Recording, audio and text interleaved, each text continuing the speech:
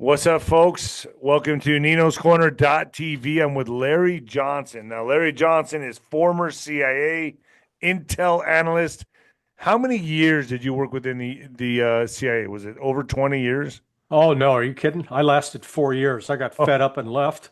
I went from the management at CIA is just awful, absolutely awful. So I left there after 4 years. But my last year there, I got two exceptional performance awards. I can show those to you here. And I moved to State Department to the Office of Counterterrorism. wow. And Okay, so when so you say the CIA was just unmanageable, just unbelievable, are you talking about just disorganized or just totally corrupt or both? I was the regional analyst for Central America.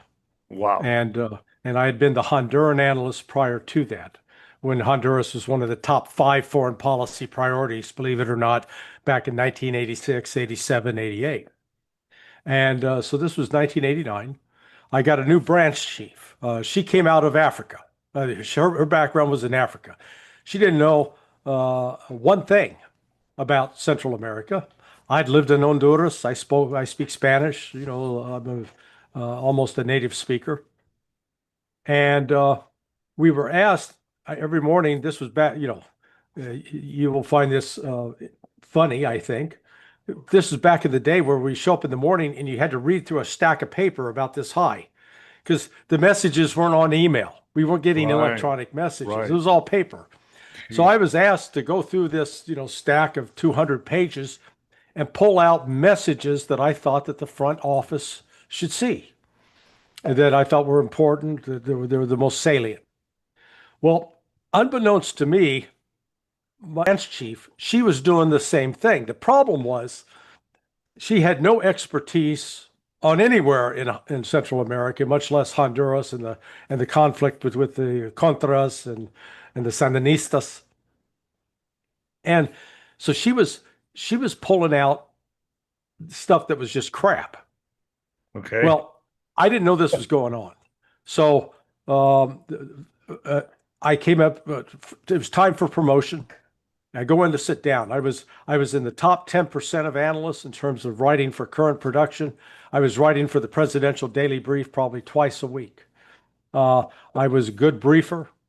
I had written what they call a hardcover. So I checked all the boxes for promotion. And I walked in, they said, well, we're not going to promote you because we got questions about the integrity of your analysis. And I went, what? Did I get a little bit of Irish in me? I was furious and came to find out that this boss I had named Mary, she was sending up a different set of messages than what I was sending.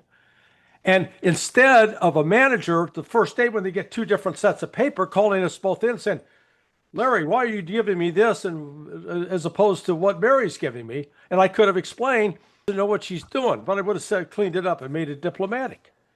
Instead, they let this go on for like a month. Jeez. Yeah, that's so at that point I said, I'm getting out of here. I was fed So up. is it not as organized as people think it is? Are you familiar with the cartoon character Dilbert? No, but I can imagine. Yeah, Is that the one that's it's a Warner clown. Brothers? Oh no, it's Dilbert is this pudgy, short, unattractive bureaucrat. Okay. And so, yeah, no, listen, the CIA, I could keep, we could spend the entire hour. I can give you one story of incompetence after another. Wow. Uh, and it's politicized, but it just, it's a bureaucracy, big bureaucracy. And as such, it tends to serve the bureaucracy as opposed to, pursuit of truth. All right, folks, before we go any further, this is going to be one hell of a podcast. I got to say, it's going to be big. What if I told you that nearly half of thyroid patients in a clinical study stopped needing thyroid medication just after 10 red light sessions? That's right. In a groundbreaking Brazilian trial, 47% of patients with underactive thyroids discontinued their medicine entirely and maintained normal thyroid function for months. How? because red light therapy directly stimulates a mitochondria in your thyroid gland, folks, which helps regenerate tissue, reduce inflammation, and restore natural hormone production. The secret is the wavelength. Red light delivers all 9 healing wavelengths, including the powerful 830 nanometer range used in the study, so your thyroid gets precisely the stimulation it needs for rebalance. No drugs, no needles, just light therapy. If you want to tap into this breakthrough yourself, go to myredlight.com, use the code NINO, get 10% off, folks. Get started on that. All right, Larry. Wow. So let's talk about for a second before we get into what's happening today. Obviously the big, beautiful bills on the verge of being passed. A lot of politicians don't want it to. The deep state's fighting Trump. I mean, it's a war behind the scenes. I feel like we are in that season or that window of terrorist attacks on our soil. I think this summer could be a very hot summer, lots of fireworks, if you know what I mean. And I want to get your intel on that. But first, before we get into that, I want to talk about a friend of yours, an actual friend of yours who I saw on YouTube many, many times talking about the war in Ukraine, giving his opinions on it. U.S. finally confirms American dating coach. I guess he was a dating coach turned Kremlin shill, died in Ukraine. So he started off talking about dating on YouTube, correct? And then he went into the truth about Ukraine war. Yeah, well, I was just going to say that he started off giving advice to young guys in their late teens, early 20s about how to be men, how to deal with women, and he was he'd been married at least once, I think, and he was now in Ukraine. He'd married again and had a couple of small kids.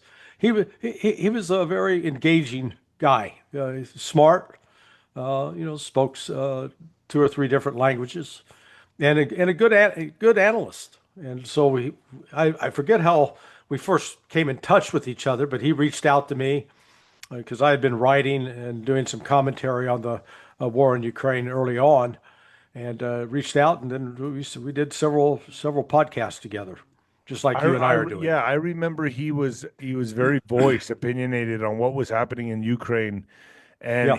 in many times I'd see him on video, almost like in fear of his life. He was very worried, correct? Yeah, he was always cautious to not show what was happening outside the apartment. He wasn't giving locations away, but he was very critical of what the Ukrainian government was doing. And finally, they came and arrested him, put him in jail. While he was in jail, he was being extorted by criminal gangs, and ultimately, through the harsh treatment, they killed him.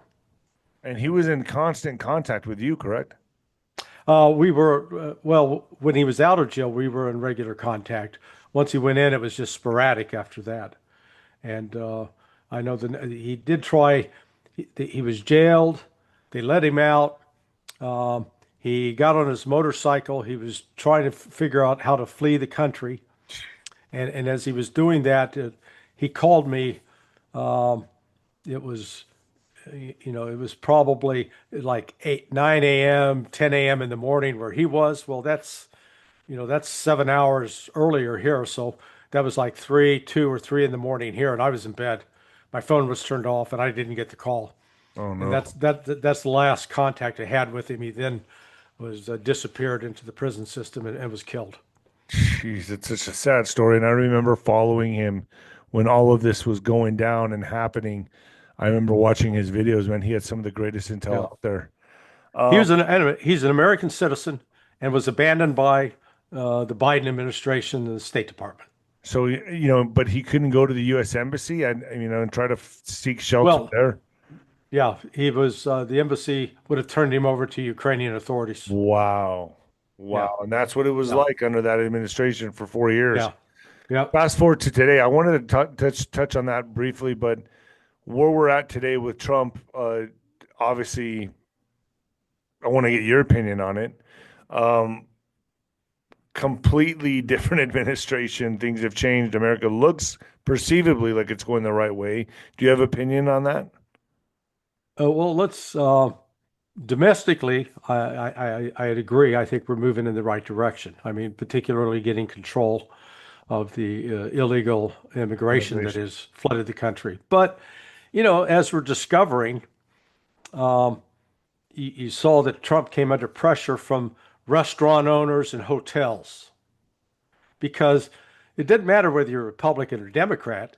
It is just uh, there are Republicans who are making as much money off of illegals as there are Democrats. Oh, I know they turned that around though. They stopped Mm. that.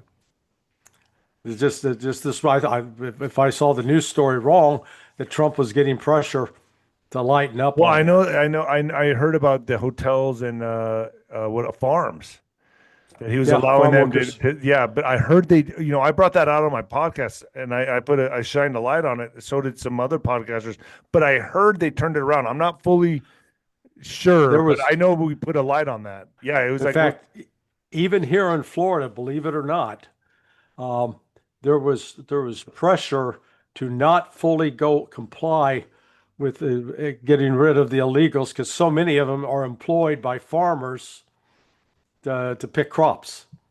right. So my So, point is yeah. that we get this political rhetoric, and then we get the actual where the money's involved. And I always believe in follow the money. In fact, part of my consulting business over the last 24 years has been focused on doing international financial investigations, tracking money laundering, tracking product counterfeiting. So domestic, we're okay. The concern I have is on the international front. Trump I took him at his word that he was going to stop getting us in needless wars, and he seems to be not following through on that. The war in Ukraine would be over now if the United States simply pulled out, pulled our personnel out, stopped the flow of money and arms, and stopped the flow of intelligence. That war would be over. Instead, we're continuing to send all the money, the weapons that were approved during Biden. They're still in the pipeline, still going forward. We're still sharing intelligence. So we've got that. And who And would know then, better than a CIA intel analyst, right? well, I just, this entire war was provoked by us. And you can see over my shoulder, there's a book by Scott Horton. He's written an extensive document of how when the Soviet Union collapsed in 1991, the Russians were promised by then Secretary, Chief of Staff to the White House, James Baker, Secretary of State, that NATO would not expand 1 inch east. Well, we broke that promise. In fact, Russia made several attempts to join NATO. The last one was like in 2000, 2001. Putin made a direct appeal to George W. Bush, turned down. Why? Well, NATO it's a moneymaker for our defense industry. And it was the first one to expand NATO to the east was Bill Clinton. And just 2 weeks after we expanded NATO, we brought in Poland, Romania, and Slovakia, I believe, were the three at that time. NATO started a war in Serbia just 2 weeks after that. And Serbia at the time was considered a friend and ally of Russia. So, we embarked upon a military buildup of Ukraine, really starting in 1995. Ukraine, in my view, has been a de facto member of NATO. They've got everything. We've carried out more military exercises with Ukraine on Ukrainian soil than we have with 22 other members of NATO. Okay, there's now 28. Go ahead. Why do you think they would deny Russia's attempt to join the NATO? Because they want to perpetuate wars? Yes. Yeah, that's that's how we make money. Right. You look at it this way. The United States has never really suffered significant losses in war. We always get all misty-eyed over World War II. In the European theater in World War II, Europe and North Africa, Total number of killed in action were 189,000. In the Pacific, total killed in action, and this is Marines, Army, sailors, airmen, 110,000. There were additional 113, 15,000 that died in accidents and from sickness, but I'm talking combat deaths. It was only 289,000 total, or 299,000. Comes in right almost at 300. Well, Russia in the Battle of Stalingrad, that one battle alone, lost 900,000 soldiers in one battle. Wow. Now, we get up, we lose about 50,000 in the war in Korea. Hey, that's a year of car accidents in the United Yeah. States, okay? And Vietnam, 12 years, 58,000. And I'm not disrespecting the families out there who lost loved ones in that war, but it didn't cost us a thing. We made money off of it. These defense industries, they got wealthier and wealthier and wealthier. And hey, 2 wars in Iraq. You know, we lost, I think total deaths between Iraq and Afghanistan over, 20 years in Afghanistan, less than 5,000. Jeez. Again, I'm not insulting or disrespecting the memory of those who died, but for God's sake, It's big it's nothing. business. It's big business. Hey, but what we allow 100,000 a year to die with fentanyl, and Right. OxyContin. No, I've heard it's even more than that. I have a friend that owns a rehabilitation clinic, and he was giving me the numbers. I couldn't believe it. He said it's over 150,000. Yeah, I lost a nephew. Right. Died in my house from a fentanyl overdose. And a lot of So these people don't even know what they're getting. They think it's a right, Xanax or an Adderall pill or whatever, and it's laced and they die. You yeah, can even that's lace weed now. I mean, it's just, yeah, I mean, nothing is safe. But yeah. that's a completely different discussion. We'll talk a little bit of that later if you want to. But what about these peace deals that Trump's making? Obviously, he brought peace to the Congo in Africa, and with Iran, Israel. Obviously, after we struck the nuclear facilities, that I've heard he was neutralizing threats that the deep state would use against our country, as they use countries as proxies. What's your thoughts on that? What's your thoughts on the peace deals that Trump's putting forth right now? I mean, if he really wanted war, wouldn't he have perpetuated it with Iran and Israel and threw fuel on the fire instead of just striking it and saying that's it, 12-day war is Well, over? well, that's exactly what he did. So right now, between Iran and Israel, only one country has signed the Non-Proliferation Treaty. And that's That's Iran, right? that's Iran. Right. Yeah, because Uh, Israel still wants this. yeah, Israel will not sign the Non-Proliferation Treaty. What is a There's only non-proliferation energy and to not to for to not build nuclear weapons. right? So obviously Iran can't do it, but Israel can. You're right. Yeah. No, but also follow me through with the International Atomic Energy Agency under the NPT does the inspection of nuclear sites to make sure that a country is complying and not building a nuclear weapon. Well, Iran allowed those inspections, had been allowing them since 2003, And which, and Israel will not allow those. correct. So here, the United States was set to meet on Sunday, June 15th in Oman with Steve Witkoff and the Iranians to talk about coming up with a peace agreement, an agreement that ensure that the United States would be completely sure that Iran was not trying to build a nuke. And the reason they weren't building a nuke is it's a religious thing. It is against the Shia interpretation of Islam. So it was rejected as a fatwa, something that not an unholy act. Iran was more than willing to make that deal. They said, "Hey, you can come in, you can inspect our sites, you can put inspectors there." So that meeting is supposed to take place on the 15th, right? Donald Trump gives Bibi Netanyahu the green light to attack Iran. This was an unprovoked attack. Iran had not attacked Israel. This was And this wasn't just, the nuclear thing So if was they're a not trying to sideshow build a nuclear bomb, why do they have nuclear facilities enriching uranium? because they have nuclear power plants. And the isotopes, when you enrich it 20%, you're using that in medical isotopes for treating cancer. Mm. Wow. Okay. Okay. I mean, there's Ooh, so that's much. even a bigger conspiracy right there, right? Yeah. I mean, it's just Iran has, Iran's never invaded or bombed a neighboring country. The only time in the last 46 years that Iran was invaded, that was invaded by Iraq. Who encouraged Iraq to invade Iran? I would bet Bush. That was us. Yeah. Did I get Start. it? Did I guess it? Yeah. George I mean, that George would make sense to me. George H.W. Bush. Wow. But well, actually, no, I take it back. It was Jimmy Carter and then Ronald Reagan. All right. But they're all part of the same team.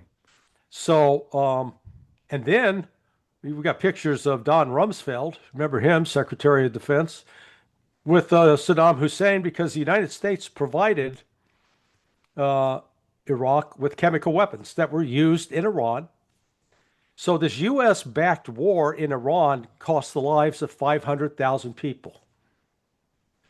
How do you think we'd feel if Iran gave Mexico chemical weapons and Mexico attacked us and killed 500,000 Americans? Think we'd have warm, fuzzy feelings? Absolutely not. Absolutely not. So that's why I say, America's got to get over its hypocrisy on this because they always like to pretend that we're minding our own business, doing nothing, and Iran just sucker punched us out of the blue. No, that's Well, I've always absolutely. said if something happens now on American soil, it's going to be blamed on Iran. It's not going Oh, to be Iran. absolutely. Absolutely. I So at think you're least at that absolutely part, right. we agree on that Oh, 100%. Like whatever 100%. happens here, do you feel as of right now we are in a window of terrorism on in American soil? I mean, with everything happening within the deep state, with Trump, all the Yeah, disagreements, yeah. do you feel like at any Oh, time yeah. now it's ripe for the taking? Sure, it is. It's a way to sucker Americans into giving up their civil liberties. You know, because we saw that happen with 9/11. Patriot And Act. again, understand the ones that carried out 9/11 were funded by the Saudis. I mean, they were getting money out of Right, and the, that's who Trump's very and he struck these big deals with just recently, yeah. right?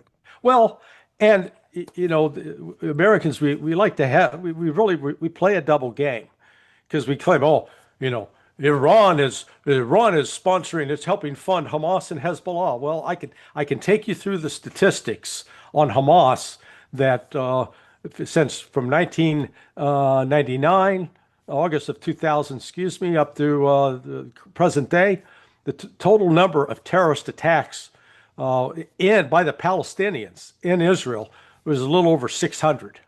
Hmm. But of those, only 105 are attributed to Hamas. And that's not my statistics. That's from the Israeli Foreign Ministry. It's on their website. But now, notice the United States, we just helped install a new leader in Syria, a guy named Al Jalani. He was Mohammed Al Jalani. Now he's changed his name back to Al Shara. Well, he was a member of ISIS. Hmm. He attacked American soldiers. And yet we backed him and put him in power. So we've had a long history in the United States of playing this double game of funding terrorists so that carry out attacks and help us accomplish some of our foreign And policy. keep that boogeyman out there, right? The Oh perpetual war yeah, of terrorism. yeah. As long as Because you it got goes the hand in hand with the Patriot Act and the funding of wars. And as long as you have that boogeyman terrorist out there, you continually can have wars. yeah, and you take away Americans' civil liberties. You take away your privacy, and they use the fear factor is used. The reality of the U.S. relationship with Iran. Iran's attacks have always been provoked by us. Example, the bombing of the Marine barracks in Beirut, Lebanon, 1983, as well as the bombing of the U.S. Embassy. Well, prior to that, Ronald Reagan had given permission for the U.S. battleship, the New Jersey, I believe it was, that was launching big shells into the Bekaa Valley, killing Shia women and children. That's why, so, that's why our Marines were killed and why our embassy got blown up. It was in retaliation for what we were doing. But see, we like to forget, we forget the fact that there was a democratically elected president in 1953 in Iran named Mossadegh. We got rid of him. Kermit Roosevelt was the CIA chief of station, led that operation to get rid of Mossadegh, and we installed the Shah. So we've been very active at these regime change. Let me just point out one other interesting oddity. In 1981, in February, Mossad went to the Reagan White House, accompanied by the CIA, and asked permission to sell U.S. weapons to Iran. Israel, because Iran tried to buy, those, we just blew up some Phantom F-4 jets. Those jets were 60 years old, dude. I mean, they're old enough to be your father, okay? And so when the Ayatollah took over in 1979, and they had held the U.S. Embassy personnel hostage for a year, Iran tried to buy tires for those F-4 jets. U.S. said, "Oh, we're buy not giving tires for them." Yeah, yeah. They needed new tires. And so the U.S. said, "Oh, hell no, we're not doing that. We're mad at you." And then the Israelis came and said, "Hey, can we do it?" And we said, "Okay." And so from 1981 on, the U.S. was allowing weapons to be, and Israel was selling weapons to Wow. Iran because Israel hated Iraq at that time. Iraq was the big enemy, not Iran.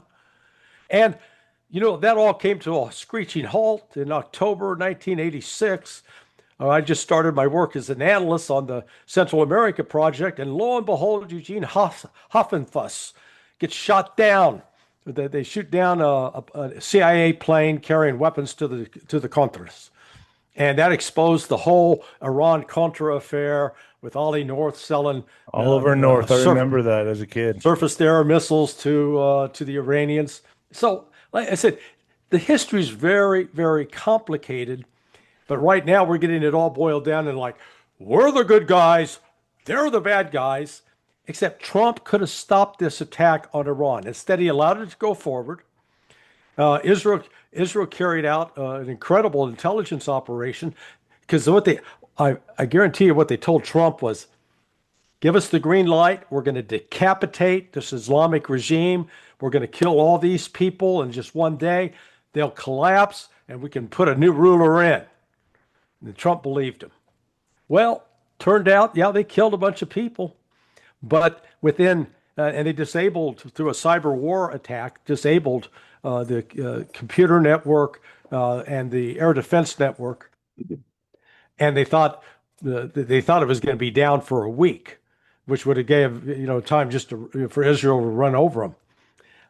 The Iranian techs with Russian assistance got it back up and running in 8 hours, and 4 hours later, Iran retaliated with ballistic missiles on Israel, and all of a sudden, Israel was exposed because their air defense Iron system Dome. didn't work. The so-called, yeah, it was. Well, it not- didn't work with the paragliders either. If you believe, they really came from Gaza and Hamas. Got to believe that first, though, right? The paragliders that penetrated Iron Dome and went in and killed. It's just. Yeah, it is. This war didn't turn out as Israel hoped it would. It caused more imbalance. Yeah, yeah. Well, what it's done is it punctured the myth of Israeli invincibility, but it also exposed the U.S. weakness because this entire end, the bombing, we've now learned that the Trump White House gave the Iranians a 2 hour heads up. Hey, we're coming. We're going to bomb these plants. Um, So the they really could intelligence have moved out a lot of important not chemical. only not only could they did. It had already been removed. The amount that amount of material, which would have weighed about 7,000 pounds, you could load it up in the back of a Tacoma pickup truck. Okay. Really? Yeah. It's not, we're not talking massive numbers. We're talking a And package. wasn't there radar images of this or satellite images? Sorry, satellite Well, images. they had satellite images of trucks that looked like they were lining up, fully expecting the U.S. attack to fill in the entrances, to pack the entrances. So, if something's packed, it's more difficult to cave it in. But I know from talking to a friend who's still active in the intelligence community that the judgment of the intelligence community was all the enriched uranium, and this was before the attack, had already been removed. So, here's Trump saying they obliterated the sites. They didn't obliterate the sites. It was this was choreographed to create an off ramp so that again we could declare victory and get Israel a ceasefire Yeah, because a Israel. lot of the. Go ahead. Sorry. I just say Israel is running out of missiles. They're Yeah, they they're couldn't air sustain this war. I heard another 2 weeks. It would have been almost correct, impossible. correct. Yeah, when you look at the damage Iran was doing, and Iran had ample supplies of ballistic missiles, ample because they manufacture them underground and they store them underground. We don't really have a good handle on how many. We all got our estimates. But we don't know. Correct. So, what, so you're saying that the enriched uranium was removed, Yes. no doubt about it. So this was all just theater. Yes.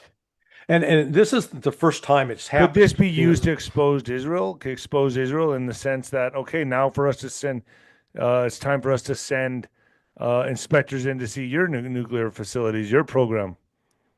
The last president that tried to do that was John F. Kennedy. Okay, well that's a good point.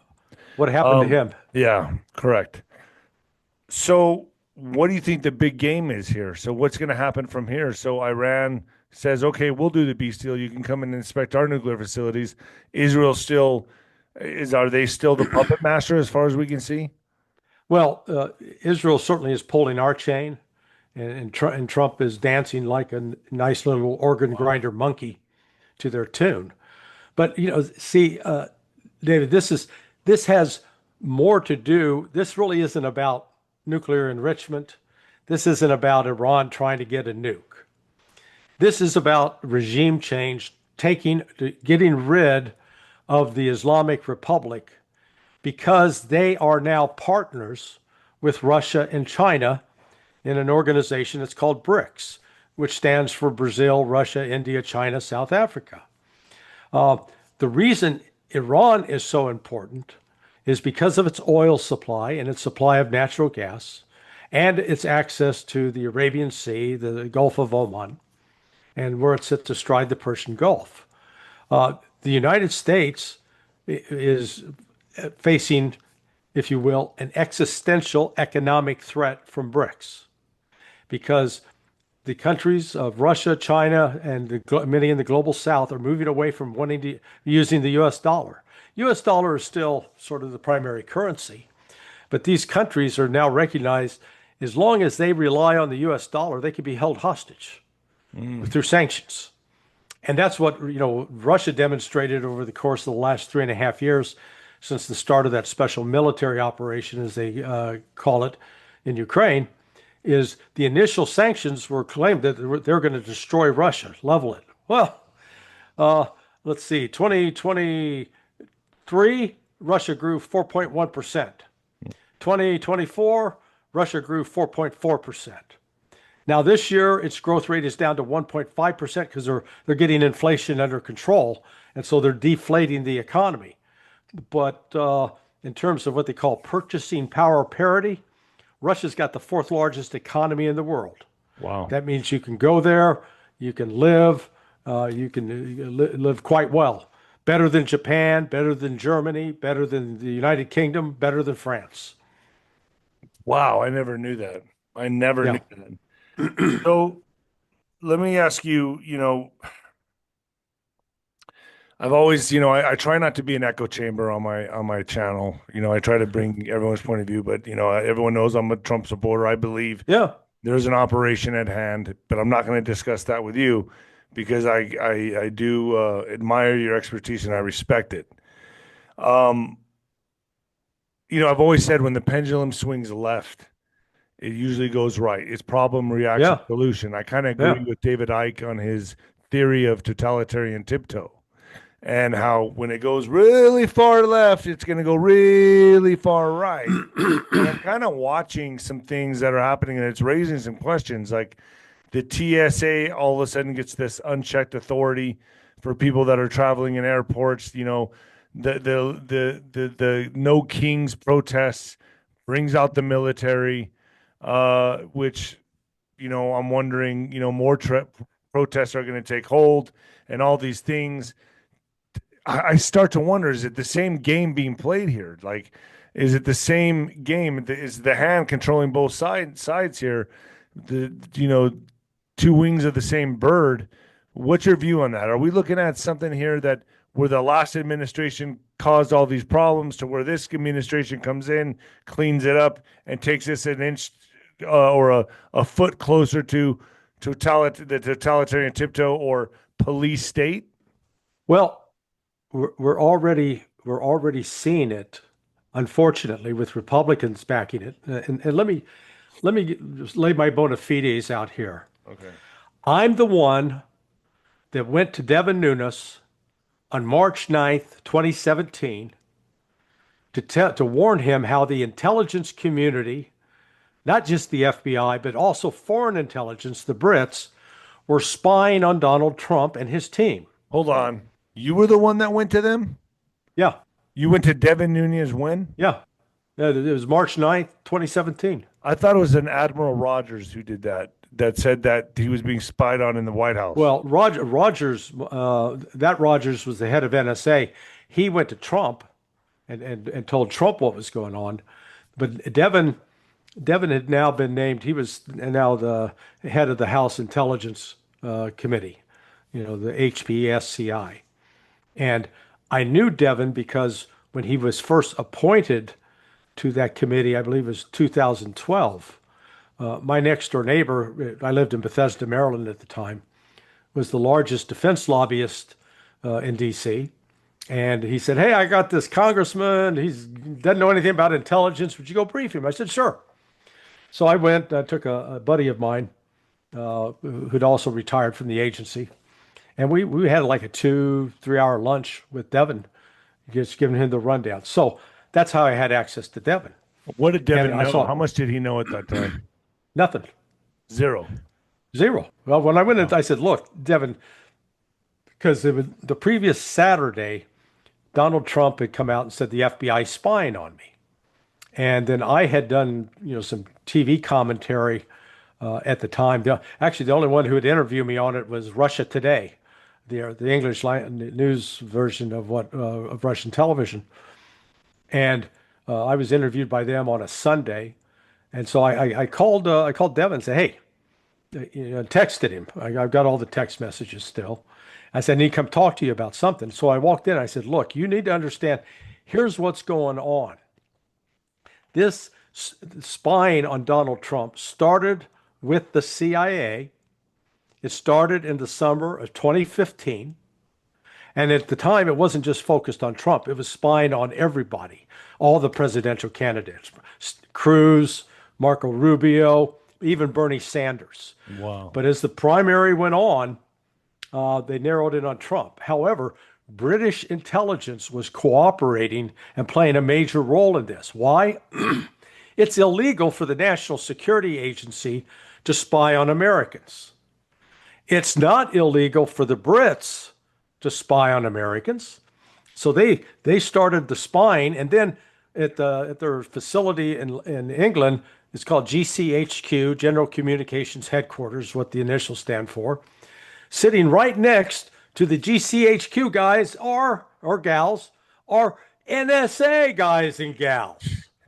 And so it's just like, Oh, look, we collected this information. Pass it over. Wow. That's how it was going on. That's, I talked to George Papadopoulos like this because he didn't realize how he got set up. In the summer of, he was in London in August of 2015. And so he starts reaching out. He has Corey Lewandowski's number. And he gets in touch with Corey Lewandowski, Trump's campaign manager at the time. And said, I'd be interested in hooking up with you. Boy, after that, GCHQ intercepted that communication. Papadopoulos then became a target. And so out of the blue, Wow. like in February, late December, January, he gets offered a job as a vice president at this company. The company he was working for was a front company. Okay? Jeez. And at that time, they introduced him to this a guy named Joseph Mifsud. He's from Malta, a British intelligence asset. And he starts talking up Papadopoulos about the Russians. The entire effort to paint Trump as a buddy of Putin was started by the CIA and the This FBI is the Russiagate. Yeah, in conjunction with, okay, they were all collaborating on this. But anyway, so this is what I explained to Devin, and I said, "Here's the name of the person." You knew all about this. Yes, Wow. I was writing about it at the time. Nobody paid attention to me. So, armed with that information, Devin went, I think 3 or 4 days later, to the White House. If you recall, that was in March of 2017. When he came out of that meeting, out of the White House, he was attacked by reporters. And then they kept going after him. But based on that information, he then turned Kash Patel loose to do the investigation. Have they tried to contact you? Go ahead. Yeah, but I'm the one that started that. Have they tried to reach out to you? Because I know that Kash Patel has made references to Russiagate saying, get ready Nope. for major arrests and things like that. Have they Nope. even tried to reach out to you for any kind of Nope. nothing? No good deed goes unpunished, my friend. I live by that. That's one of my favorite sayings. Yeah. So, So they have not it- reached out to you at all. You'd be No. like, to me, one of the really. yeah, yeah, it is. I mean, Devin. I still have occasional communication with Devin, but they never called me back in to say, okay, hey, help us flesh this out. Help us identify. So does that tell you that they're really trying to do nothing? Ding, ding, ding, ding, ding, ding, ding, ding, winner. Winner chicken dinner? Yeah. Hey, look, we're going to get all the JFK files released, right? They haven't released them. Going to get all the Jeffrey Epstein files, right? Haven't released them. Wow. Now, look, so I'm not here to attack Trump. I voted. No, and for you're the on you're in a big Trump channel right now, but I try to not be an echo chamber. I like to listen to all points of views and intel. So this is very valuable to me and my audience, and I really hope they're paying attention here because I like to bring it all. I bring on everybody, and I find this very valuable. So I thank you so much for what you're doing. Yeah, it's just, release the information. 100%, I agree with you on that. What are we waiting? One of the main reasons they're holding the JFK files back is because Israel is directly implicated in that. Wow, that's what I've heard. And it's and I'm not manufacturing this out of whole cloth. The month before. Hold on, but we can't talk about that on YouTube, by the way. Oh, we can't? No, believe it or okay. not. So, but I know what you're getting at. I know where you're pointing fingers. I know that for a fact. We can talk about it more on Nino's Corner.tv if you want to go there and talk about it. I would love to dive into. Yeah, but be happy to do that. But let's talk more about. Okay, let's talk more about. Let's kind of shift gears for a second because here we are. Well, actually, let me. I was going to tell you how this was a choreographed ending to this 12-day war. Right. In 2017, there were reports that Syria had used chemical weapons on its people. And in response to that, Donald Trump ordered a strike. Well, we're going to show them. And the same thing happened in 2018. Those were all staged events. Jeez. The chemical weapons were done by British intelligence. working with this group called the White Helmets. It was complete. It was a false flag event in order to get the United States to militarily attack. However, I knew it from friends I had at the time who were in the operations center at Al Udeid Air Force Base, that the general who was running that air operations center got on the phone with his Russian counterpart to say, "Hey, Vladimir, listen, we're going to be bombing this airfield here in about 8 hours. So you might want to clear out your personnel and get any sensitive equipment out, because we're going to be attacking with this number of missiles, and we're going to come in." You gave them all the information. It was all coordinated. Yeah, they let them know. Yeah, and we did the same They in send a 2018. telegraph before they We do did it. the same in 2018. So what happened here? Trump lets the Iranians, "We're coming to bomb. We're going to have a big show." So And then the Iranians then said, "Okay, we're going to attack Al Udeid. Get all your people out." Qatar you're talking about. Yeah, that's Yeah. in Al Udeid Air Force Base. That's right outside of Doha and Qatar. Yeah. Okay. So where are we at now? Do you see, and then we'll take this back to Nino's Corner.tv if you don't mind, because I really want to dive deep into this stuff that we can't talk about. I'm fluffed to, but where do you see us now in this window of time? Do you see a terrorist event happening in America? I think the risk of a false flag is very high, and that it will be blamed on Iran, with Iran not being the culprit, and it'll be used as a justification for us to continue attacks on Iran. But as we saw, you remember what we tried to do with the Houthis, and this shows you it's the limitation on the ability of the U.S. military to, finish a deal. We fought 20 years in Afghanistan. We couldn't pacify the place. 20 years. And And then it we wasn't just 'cause gave them everything. Yeah, it wasn't. We said, "Well, we just didn't try hard enough." Look, Yeah. you're too young to remember Vietnam. I do. That was our excuse at the end of Vietnam. We just didn't try hard enough. Well, we tried plenty hard. So first, Lloyd Austin under Joe Biden, they launched Operation Prosperity Guardian, and they started attacking the Houthis. And so for 15 months, from December of 2023 until Trump is inaugurated in January of 2025, the U.S. had we had an aircraft carrier station there with the destroyers, and we were bombing, trying to stop the Houthis from interfering with ships. Couldn't do it. So Trump comes in and says, "I'm going to show them." They just didn't. They weren't trying hard enough. Now, during that 15-month period, the Houthis shot down one Predator drone, MQ-9 Reaper, a month. One a month. Damn. So they had down 15. In 15 months, they had down 15 Predator drones.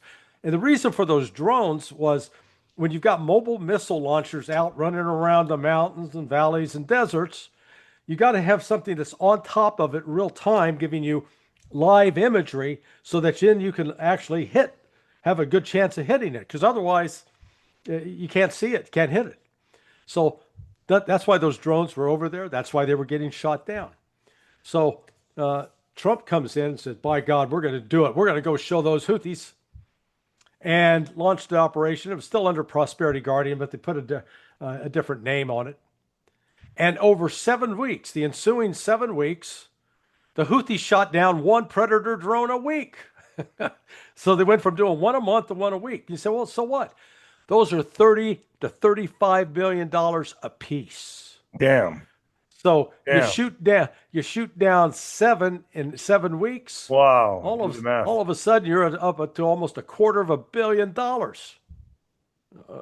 Okay, so then on top of it, we lost 2 or 3 F-18 Hornets, and those airplanes, at least 2 got dropped in the ocean. The third one crashed. So that brought up, between that and then all the missiles we were firing, we were up well over $1 billion in just 7 weeks. So remember, Trump declared victory. Hey, the Houthis have capitulated. Sayonara, we're out of here. We pulled out of the Red Sea. Well, the Houthis didn't capitulate. They had a victory celebration. They had a parade. And they continued to fire missiles into Israel. They just fired another one yesterday. And they continue to shut down the Red Sea. Any ship that's heading to Israel, they're not allowing it to pass. Now, what did we accomplish? What we accomplished was showing the world that these Houthis stopped the U.S. Navy and the U.S. Air Force. Wow. Now, once again, we've I don't know why Trump did it, to go out and say, we obliterated it. You know, my attitude is, let's say you did, downplay it, Yeah. underplay it. Don't overplay it. You're not trying to sell me a piece of property. You know, in fact, say, oh no, man, I'm not sure what we did. Right. Let them tell the story, because So- it doesn't strengthen our strategic position to be out front saying, oh man, we obliterated it, and then watch in 2 or 3 weeks, those sites are going to be up and running. Maybe. So do you think there's going to be a terrorist attack on our soil that sucks us back into this war? I think it's definitely possible. Yes. Just as happened on 9/11. Okay, so I've heard it could be that size or even bigger with all the immigrants that have come through the southern border that could be activated, that the next attack could be something like we've never seen before. Yeah, I'm not sure, you know, what they call sleeper cells and activation. From the standpoint of a lot of the skills, whether you're building explosives or shooting firearms, I mean, you know, those are the two categories we're looking at here. Those are perishable skills. You know, you got to be able to maintain that, and you maintain it by being able to, you know, exercise or do those activities. Now, you know, maybe some of these shooters have gone, you know, some of the, you know, potential sleeper cells are active members at a gun range somewhere and regularly shooting. You know, that could be. But again, when these attacks take place, it is usually, you know, it's usually designed. It has more of a purpose politically, domestically, to get Americans where they're saying, okay, yeah, we'll give up our civil rights. The totalitarian tiptoe. Yeah, you can spy on us. If we say the wrong thing, you can arrest us. You know, if you enter a government building and we decide we want to call that an insurrection, then we're going to call that an insurrection and make you criminals Right. for peacefully protesting. And Like we're, like what happened? yeah, and we're with that's I was avoiding talking about that, but that's Yeah, exactly but what we it's could, talking. yeah. But and we've seen such a double standard there, where you know these leftist groups get to storm state capitals, and they even stormed the U.S. Capitol, Cities. and Riot they're and not burn down cities. they're not put in prison now. But again, I come down on you know, we need to protect the civil liberties even of those we dislike. You know, there was back in 1978, was it 78, 79? Supreme Court ruled in favor of a group of neo-Nazis who were allowed to march in Joliet, Illinois. Now, this section of Illinois had a lot of survivors of the Holocaust and a heavy Jewish presence. But nonetheless, the Supreme Court back then ruled that those marchers could march. Now, I'm not endorsing what they were marching for at all, but part of the strength of our country is that we could entertain even those with repugnant views because we believe more importantly in the principle of free speech and liberty. Now, I come at it, you know, I'm a 1600 American from this standpoint. My first relatives started showing up around 1620, 1621, and continued to arrive. My fifth great uncle was the Secretary of the Continental Congress, so Charles Thompson. So, you know, I had 28 ancestors that fought in the American Revolution. So I value this country, what it stands for, what it's supposed to stand for. But that's when I get and start speaking out when we go astray of our values. And, you know, it's one thing, like with protests that have erupted, we're very selective at who gets to protest what. Right. There are certain uh, countries and certain protests that you're not allowed to do, and others where you are allowed. And it's just, my attitude is I believe firmly in the freedom of speech, no matter As do I. how objectionable it is. Larry, I appreciate you coming on. This was amazing. I'm gonna put this up on YouTube. The uncensored, unedited version will be on ninoscorner.tv, folks. Uh, could we do a part two on this? Can we continue this conversation on ninoscorner.tv? Would you mind? Yeah, that'd be fine. I appreciate you. Stay with me, sir. Larry Okay. Johnson, where do people go to find you? Or do you have a Yeah, I'm at sonar21.com, SONAR 21.com. That stands for Son of the New American Revolution, 21st Century. 24 or 21? 21. Okay. So sonar21.com. And numbers Correct. 2121? Yep. Got it. Sonar21.com. I'll put it there at the bottom of the video, folks. Click on it, support them, give them a follow. Larry, stay with me just for a second. Okay. God bless you, sir. Yes, sir.